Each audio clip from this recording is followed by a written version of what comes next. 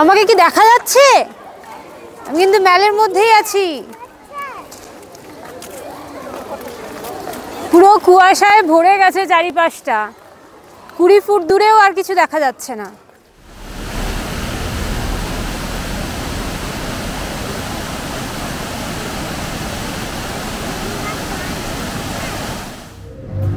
বিখ্যাত হোপ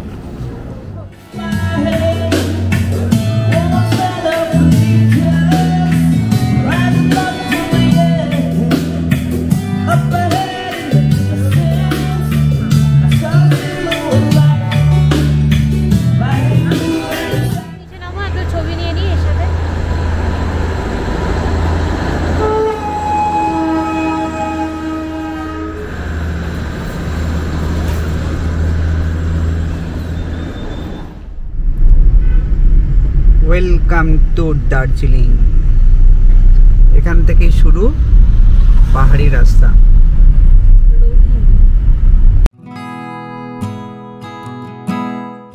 বর্ষাকালে দার্জিলিং কি শুনে মনে একটু হলেও সন্দেহ আসছে?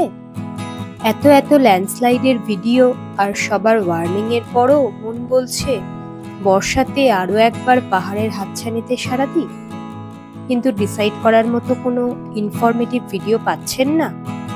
তো চলুন, আজ আমাদের এই পর্বে থাকছে বর্ষায় দার্জিলিং যাওয়া উচিত কি উচিত না, গেলে কি কি সুবিধা থাকতে পারে আর অসুবিধাই বা কি কি হতে পারে, সেখানে গিয়ে আপনি কি কি এক্সপেক্ট করতে পারেন, কোন রাস্তাটা নেওয়া উচিত হবে, কিভাবে যাবেন, কোথায় থাকবেন, সেই সব খুঁটিনাটি তথ্য।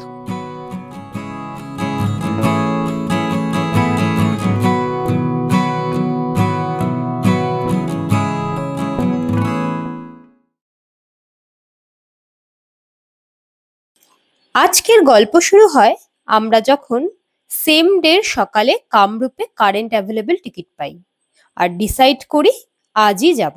তো সেই মতো তাড়াতাড়ি প্যাকিং করে বেরিয়ে পড়লাম। বাউরিয়া থেকে লোকাল ট্রেন ধরে আমরা হাওড়া পৌঁছাই সন্ধে 6:30 কামরূপ ধরতে। এখন বাজে 6:32, আমাদের ট্রেন হাওড়া স্টেশন থেকে ছেড়ে দিল।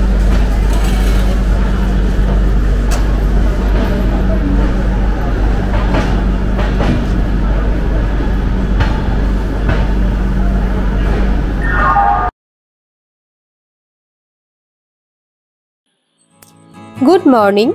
আজ সকালে ঘুম ভাঙতেই সূর্যি মামাকে দেখে মনে একটু ভরসা পেলাম, কারণ অগাস্টে পাহাড়ে যাওয়ার ডিসিশন কতটা ঠিক সেটা নিজেদের উপরেই ডাউট ছিল।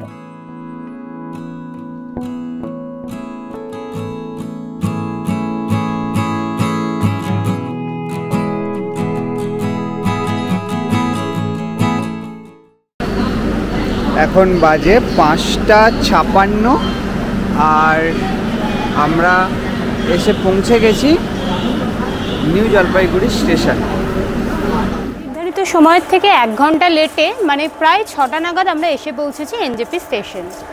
এখানে ফ্রেশ হয়ে নিয়েছি, এবারে বাইরে যাব, দেখব যে আমরা কি কি গাড়ি পাচ্ছি, কতটা রাস্তা ওপেন আছে, যেহেতু অনেক জায়গাতে স্লাইডিংয়ের খবর আছে। তো দেখা যাক আমরা আর কি কি প্ল্যান করি নিচে গিয়ে।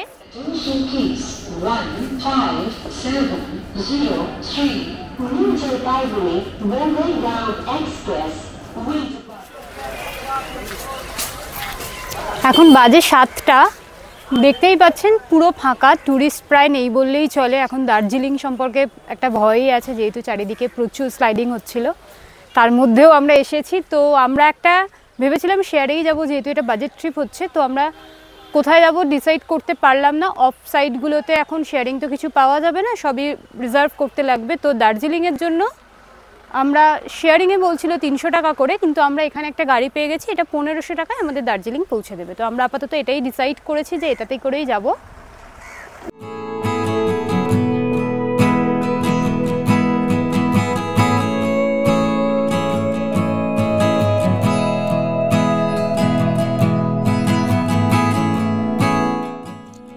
আজ আমরা শেষ পর্যন্ত ডিসাইড করলাম প্রপার দার্জিলিংয়ে যাচ্ছি, কারণ এই বর্ষাতে অফবিট যাওয়া কতটা সেফ হবে বুঝতে পারলাম না।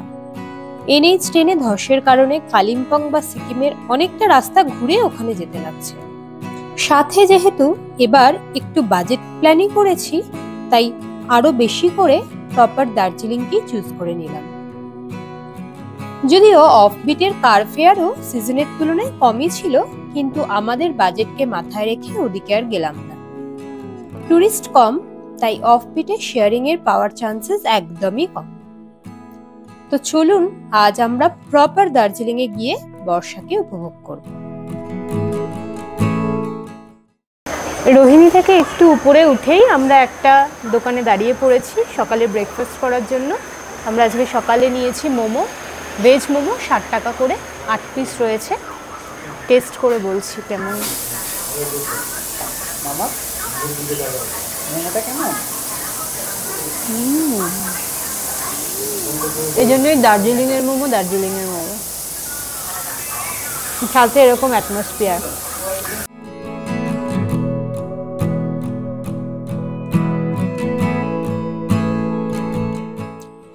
যত উপরে উঠছি মেঘ আরো ঘন হয়ে আসছে, আর আশপাশ পুরো সাদা, যেন পুরো আইসোলেটেড ল্যান্ডের মধ্যে আমরা। বর্ষায় কিন্তু পাহাড়ের এক অন্য রূপ, সবকিছু সবুজ আর ধোঁয়াশা। দেখতে দেখতে কার্শিয়াং পৌঁছে গেলাম। পাহাড়ে বসতি কিন্তু বেশ বেশি হয়ে গেছে।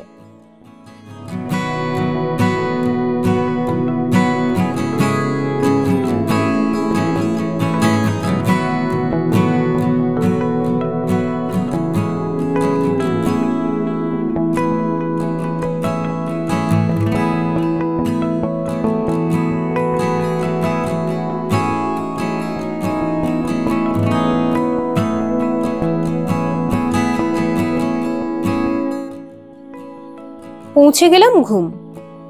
ঘুম থেকে তো পুরোই লোকালয় বলা যায়।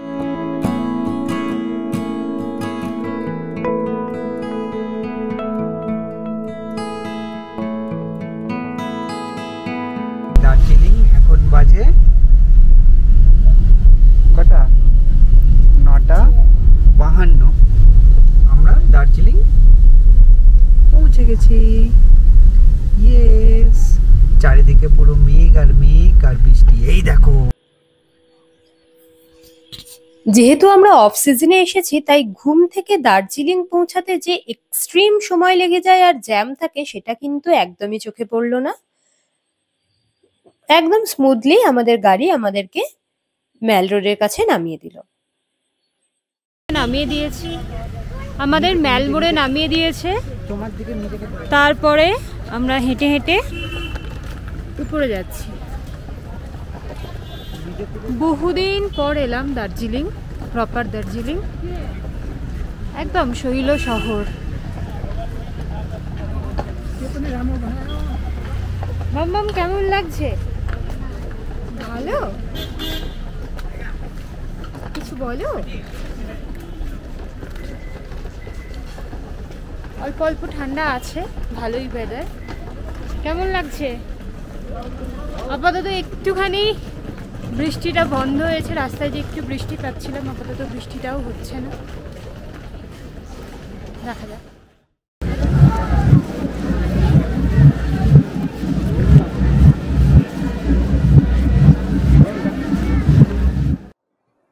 হোটেল খুঁজতে খুঁজতে আমরা চলে এলাম ম্যালে। পুরো প্যারেড গ্রাউন্ড জুড়ে রং বেরঙের স্কুল ইউনিফর্ম পরা স্টুডেন্টস।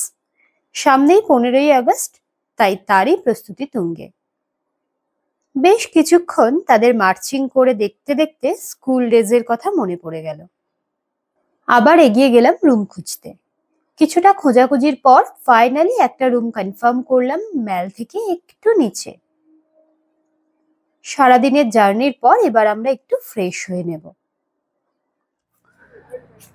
এখন বাজে 4:30। আমরা আবার বেরিয়ে পড়েছি একটু ম্যালের দিকে যাওয়ার জন্য। আমরা এখনো চারিদিকটা আপনাকে আমি দেখাচ্ছি একটু পরে। চারিদিকটা সেই একইভাবে মেঘ করে আছে, কিছুই দেখা যাচ্ছে না। তো তারপরেও আমরা একটু বেরিয়েছি, যেহেতু বৃষ্টিটা এখন হচ্ছে না, তাই আমরা 3 জন মিলে বেরিয়েছি। এখন আমরা যাব ম্যালে গিয়ে একটু সময় স্পেন্ড করব। তারপর ওখানে যে সমস্ত রেস্টুরেন্টগুলো আছে সেখানে একটু সময় স্পেন্ড করব। করে মোটামুটি রাত্রি করে আমরা একদম চলে আসবো রুমে। তো চলো, আমি যেখান থেকে এলাম সেখান থেকে আমাদের রুম থেকে মেলটা হচ্ছে আর 10 মিনিটের রাস্তা। আমরা মোটামুটি পায়ে হেঁটেই যাচ্ছি। তো চলো মেলে যাওয়া যাক। আর আশপাশটা কিরকম সেটা একবার দেখিয়ে দিই আপনাদের। এই দেখুন, এদিক দিয়ে সেই সেম কুয়াশা, সেম ফ্রগ। ঠিক আমরা ওই নিচে দিয়ে উঠে এসছি। আর এইখানে আছে একটা ট্যুরিস্ট ডেভেলপমেন্ট সেন্টার। এই সামনেটা দিয়ে উপরে উঠলেই একটা সিঁড়ি আছে, এটা দিয়ে উপরে উঠলেই মেল। তো আমরা সব মোটামুটি হাতে ছাতা, রেনকোট নিয়েই বেরিয়েছি। যদি কোনো কারণে আবার ভিজে যাই তাহলে আমরা, মানে বৃষ্টি যদি আবার আসে তাহলে আমাদেরকে এই রেনকোটটা করবো। তো চলো যাওয়া যাক।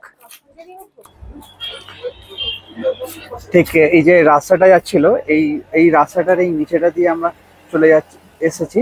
এখান থেকে উঠে এরকম সিঁড়ি আছে, এই সিঁড়িটা দিয়ে আপনাকে একটু উঠলেই সামনেই, মানে আমার রুম থেকে উইদিন 5 মিনিটসের মতন লাগবে হেঁটে আপনার মেল পর্যন্ত পৌঁছাতে। সবই ঠিক আছে, কিন্তু এই যে বাইরের পরিস্থিতি এইরকম। এখন বাজে 4:30। তো চলো মেল পর্যন্ত এগিয়ে যাওয়া যাক। এই যে এই রাস্তাটা উঠে পড়লাম, এইটাই সোজা মেল। আমরা এগিয়ে যাব মেলের দিকে। চারিদিকটা যেরকম বলছিলাম পুরো মেঘ মেঘ মেঘ, আর কিছুই নেই, সেম। তো চলো এগিয়ে যাওয়া যাক।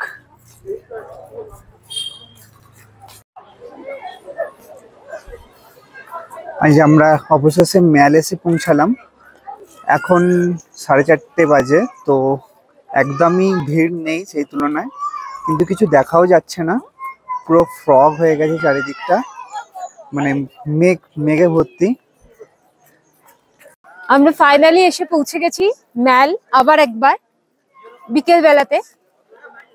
পুরো চারিদিকটা এখনো পুরোই কুয়াশায় ঢাকা। এই যে সেই ফেমাস ভানুভক্ত আচার্যার স্ট্যাচু।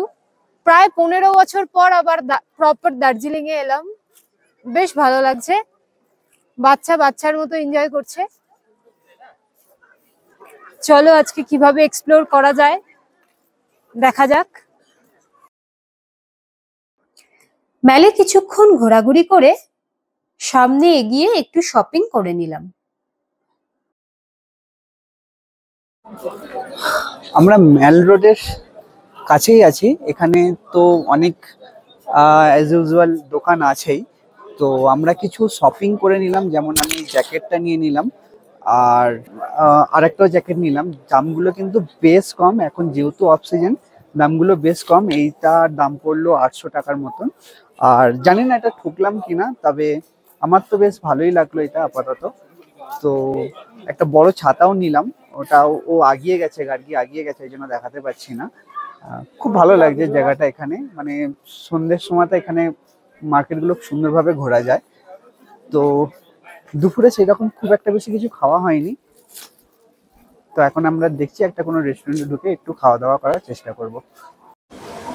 আমরা চলে এসেছি কেএফসির মধ্যে, এখানে একটু স্ন্যাক্স করার জন্য।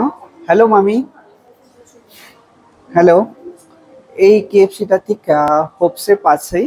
আমরা হোপসে যাব, এখন হোপসটা অনেকটাই ফাঁকা। তার আগে আমরা একটু কেএফসিতে এলাম, মেয়ে বায়নাই করছিল।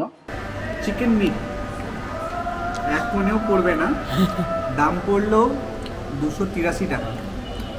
আমেরিকাতে জিএসটি বাড়াচ্ছে, আমি জানি না আমাদের কতটা জিএসটি আছে, আরও 4 ডাবল জিএসটি বসা উচিত, যাতে এখানে অ্যালাউই না হয়। যাতে এখানে অ্যালাউই নয়, মানে এই কাপটার দামই যাতে 500 টাকা হয়ে যায়, শুধু কাপ, মানে জাস্ট লুট আর কিছুই না। Who told you to eat? তাই না মা?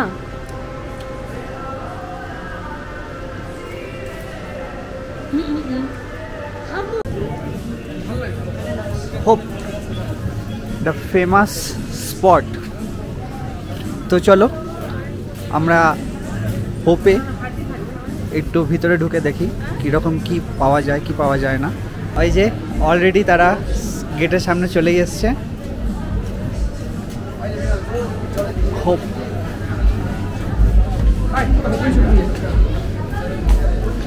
আপনার ট্রেনই নিতে হবে, সেলফ ট্রেন নেওয়ার পর নিজের ইচ্ছা মতন এখান থেকে সবগুলো আপনি, বেশ ভিড় আছে কিন্তু এরকম।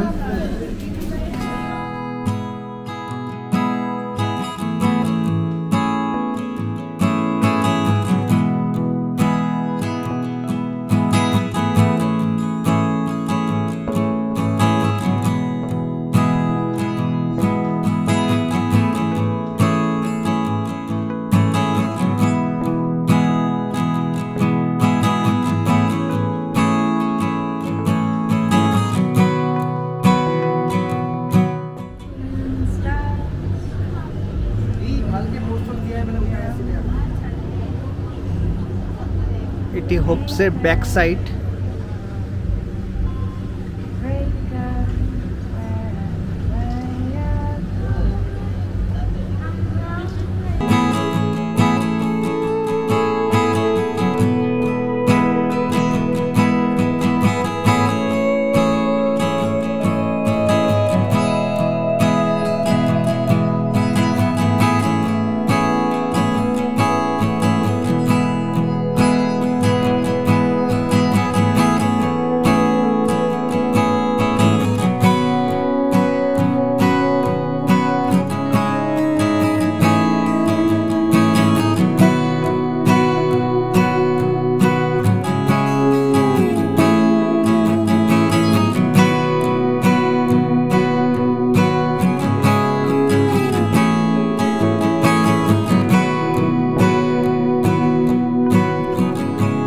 রেস্টুরেন্ট, এখানে সবই পাবেন, ইন্ডিয়ান, চাইনিজ থেকে শুরু করে ককটেল মকটেল সবকিছু।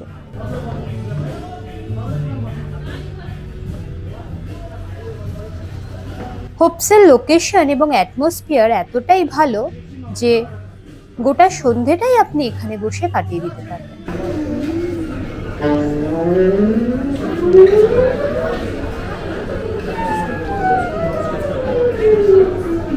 খাবার কোয়ালিটি কিন্তু যথেষ্ট সুন্দর।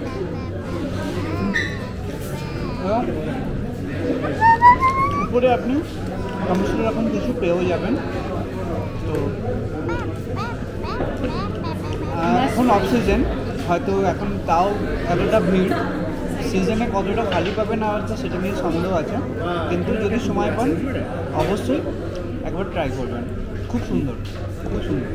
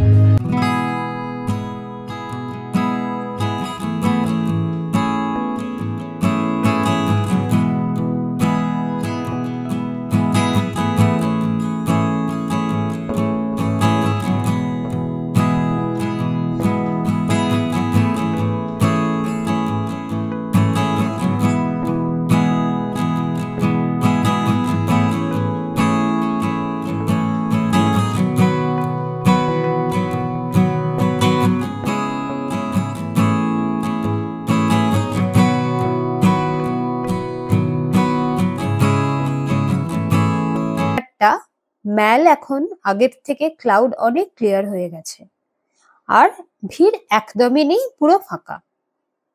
ফাইনালি রুমে ফিরে এলাম। সুন্দর লাগছে কিন্তু, মানে পুরো পাহাড়ের উপর থেকে নিচে পর্যন্ত বাড়িগুলো ছোট ছোট team team team team light করছে। এটা কিন্তু দার্জিলিংয়ের সাথে পুরো ঘুম শহরটাকে দেখা যাচ্ছে। আর দূরে ওদিকে পাহাড়, ওইগুলো পার করে এসেছি। এদিকটা কিন্তু আমাদের এদিকটা যেটা আপনাকে এখন দেখাচ্ছি, এদিকটাতে কাঞ্চনজঙ্ঘা দেখা যায়। এদিকটা কিন্তু এখনও ক্লিয়ার হয়নি। নিচে ভ্যালিটা যদিও দেখা যাচ্ছে, দূরের এগুলো দেখা যাচ্ছে, কিন্তু এদিকটা এখনও ক্লিয়ার হয়নি। জানি না কালকে সকালে ক্লিয়ার পাবো কি না। যদি লাক ভালো থাকে তাহলে হয়তো ক্লিয়ার হবে, নাহলে হবে না। তবে একটা আশা করা যায়, যদি রাতে খুব জোর বৃষ্টি হয় তাহলে কিন্তু কালকে সকালে পরিষ্কার হয়ে যাওয়ার খুব ভালো চান্স থাকতে পারে। তো দেখা যাক কি হয়। এটাই আমাদের মানে রুমের ব্যালকনি থেকে ভিউ। এখানটা কিন্তু ক্রাউড একটু কম, আপনাকে ম্যাল থেকে একটুখানি 5-7 মিনিট হেঁটে আসতে হবে, কিন্তু ক্রাউডটা থেকে অনেকটা কম। প্রপার ম্যালে না কিন্তু এই ঘরটা। আর রাতে ভিউ এই, এখানে একটা আলো আছে, আমরা অফ রেখেছি। আর রুমের ট্যুরটা আপনাদেরকে কালকে সকালে দেখাবো। Good morning. আজকে দার্জিলিংয়ে সকালবেলা ঘুম থেকে উঠেই পুরো মেঘে ঢাকা। কালকে তাও কিছুটা দেখা যাচ্ছিল, রাতে অন্ধকারে তাও অনেক লাইটস ভিজিবল হচ্ছিল আশেপাশের পাহাড়ে, কিন্তু এখন পুরো মেঘে ঢাকা। আমরা আজকেই চেক আউট করবো, যেহেতু আমাদের আজকেই 3টে নাগাদ এনজেপি থেকে বন্দে ভারতের টিকিট কাটা রয়েছে। সকালবেলা এখন প্রায় 8:30 মতো বাজে। আমরা এখনই বেরিয়ে পড়বো, কারণ ব্রেকফাস্ট করে তারপরে আমরা আজকে এখনো বলছি প্ল্যান আছে যে আমরা যাবো শেয়ারিং বা বাসে করে, যাতে অ্যাটলিস্ট আরো কিছুটা সেভিংস করা যায় বাজেট ট্রিপের জন্য। তো চলো তোমাদের রুমটা দেখাই। দেখতেই পাচ্ছ এটা একটা ছোট্ট ব্যালকনি। এই যে এখানে রয়েছে সিটিং এরিয়া, দুজনে চাইলেই বসতে পারবে। আর এখান থেকে তুমি সুন্দর একটা ভিউ পাবে। হ্যাঁ, এখান থেকে তুমি কিন্তু কাঞ্চনজঙ্ঘা ভিউটা পাবে না। এই দিকটাতে কাঞ্চনজঙ্ঘা না, কাঞ্চনজঙ্ঘা পড়বে আমাদের রাইট সাইডে আর একটুখানি। তাও আমরা তো এখন কিছুই পাইনি, তো এক্স্যাক্টলি বলতে পারবো না। তো চলো আজকে তোমাদের আমরা যে রুমটাতে ছিলাম তার ভিডিও দেখানো যাক। একটা ছোট রুম, বেড উইথ 2টো সাইড টেবিল অনলি, কিন্তু সাথে রয়েছে এরকম সুন্দর বড় বড় 2টো উইন্ডো। মানে তুমি জানলা খুলে দিলে বেড থেকে সবকিছুই ভিজিবল করতে পারবে। যদিও এখন কোনো ভিউ নেই, সেটা আলাদা কথা। শুধু একটা ছোট টিভির অ্যামিনিটিস রয়েছে, যেটা আমাদের কখনো লাগে না। আর একটা রয়েছে সাথে ছোট বাথরুম উইথ গিজার ফ্যাসিলিটি। ব্যাস, এই আমাদের একটা ছোট একদিনের জন্য ছোট রুম। চলো এবার বেরোতে হবে, বেশি দেরি করা যাবে না। এই রুমটা আমাদের, যেহেতু আমরা অফ সিজনে এসেছি, আমাদের পড়েছে 1200 টাকা পার নাইট। অন সিজনে 1500 টাকার উপরেই থাকবে ডেফিনেটলি। এটা ম্যাল রোড থেকে একটু উপরের দিকে, মানে মে ফেয়ার বা আরকে হোটেল যেখানে রয়েছে ওই দিকটাতে রয়েছে। আমরা পাই ওই যে উপরে যে একদম এটা দেখছেন ঘর, ওই রকম হাইটে ছিলাম। ওখান থেকে সিঁড়ি থেকে নেমেই এই মেন রোড, এটাই হচ্ছে আপনার যেটা শিলিগুড়ির বাস স্ট্যান্ড এবং শেয়ার গাড়ির স্ট্যান্ডের যে রোড, সেই রোডটা নামতেই সামনেই একটা আমরা এরকম শেয়ার গাড়ি পেয়ে গেলাম। এটা লোকাল স্ট্রিট সাইড দোকানেই দাঁড়িয়ে জাস্ট একটু চা খেয়ে নিচ্ছি। আর মেয়ে আর গার্গি ওরা ম্যাগি খাচ্ছে। তো চাটা গরম গরম মোটামুটি ভালোই লাগছে আপাতত, সকালবেলা ফ্রেশ লাগছে। আজকে সকালের তো অবশ্য দেখেইছেন, মানে একই অ্যাজ ইউজুয়াল, পুরো মেঘ ভর্তি, তো কিছু দেখা যাচ্ছে না। আমরা আর মেলের দিকে যাওয়ার কোনো ট্রাই করিনি, আমরা একেবারে ডাইরেক্ট বেরিয়ে যাচ্ছি শিলিগুড়ি। তো শিলিগুড়িতে পৌঁছানো যাক, তারপর করা যাবে। এবার কুইন অফ হিলসকে টাটা করে আমাদের বাড়ি ফেরার পালা। ব্যস্ত শিডিউলের মাঝে মাঝে এই 2-1 দিনের মুক্ত বাতাসই জীবনের ভারসাম্য বজায় রাখতে খুব দরকার। তাই 1-2 দিন ছুটি পেলেই ঘুরতে আসি। এভাবে দেখতে দেখতে আমরা 2 দিনের জার্নি প্রায় শেষের দিকে। হঠাৎ করে বেরিয়ে বহু বছর পর দার্জিলিংয়ে এসে একটা কথাই মনে হয়েছে, ভিড় কিন্তু আমরাই তৈরি করি, না হলে দার্জিলিং কিন্তু এখনো সেই আগের দার্জিলিংই আছে। এবারের জার্নিটা সত্যিই মন ভালো করার মতো ছিল। আরো 2-1 দিন থাকা গেলে খুব ভালো হতো, কিন্তু প্রত্যেকের শিডিউলে বাঁধা, তাই মাঝে মধ্যে এরকম রিফ্রেশমেন্টগুলোর জন্যই আমরা বেঁচে আছি। নেমে আসার পথে, কার্শিয়াং থেকে একটু নেমে আসার পথে আমরা জাস্ট একটা সুন্দর এরকম একটা ঝর্ণা আছে, সেইখানে এসে দাঁড়ালাম। এখানে আমরা এসে কিছুটা ছবি তুলে নিচ্ছি অ্যাজ ইউজুয়াল। এখন 11:30 মতন বাজে, আর হয়তো আধ ঘন্টা কি 40 মিনিট লাগবে এখান থেকে শিলিগুড়ি পৌঁছাতে। তো চলো শিলিগুড়ি পৌঁছানো যাক। ওখান থেকেই আমরা লাঞ্চটা করে নিয়ে তারপর একেবারে আমরা চলে যাব এনজেপিতে এবং সেখান থেকে ট্রেনটা ধরবো। তো চলো যাওয়া যাক। তার আগে আপনাদের দেখিয়ে দিই একবার ভালো করে নদীর ঝর্ণাটা।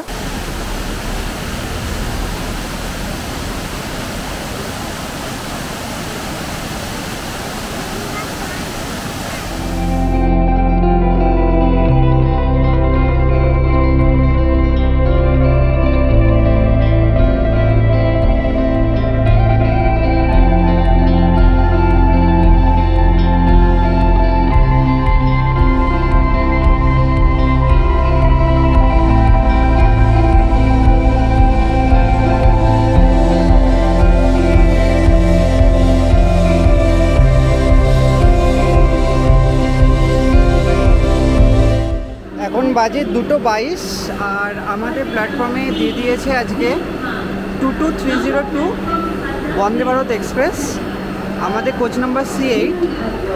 তো চলুন এবার আমরা বন্দে ভারত ট্রেন বসে আমরা ব্যাক করব।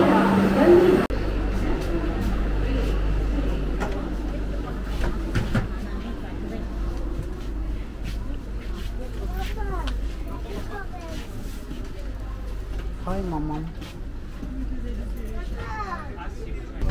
3:02 বাজে, 3:03 আমাদের ট্রেন ছেড়ে দিয়েছে এনজেপি স্টেশন। চলো জার্নিটা কেমন হয়। ট্রেন ছাড়ার একটু পরেই চলে এলো স্ন্যাক্স। আপনারা চাইলে কিন্তু উইদাউট ফুডেও টিকিট বুক করতে পারেন, সেক্ষেত্রে 300 টাকা মতো কম পড়বে। দুপাশে এরকম ধান আর আনারসের চাষ। ট্রেন হাওড়া পৌঁছাতে একটু লেট করে প্রায় 10:50 মতো বেজে যায়। সেখান থেকে আবার লোকাল ট্রেন ধরে আমরা ফিরে আসি বাড়ি।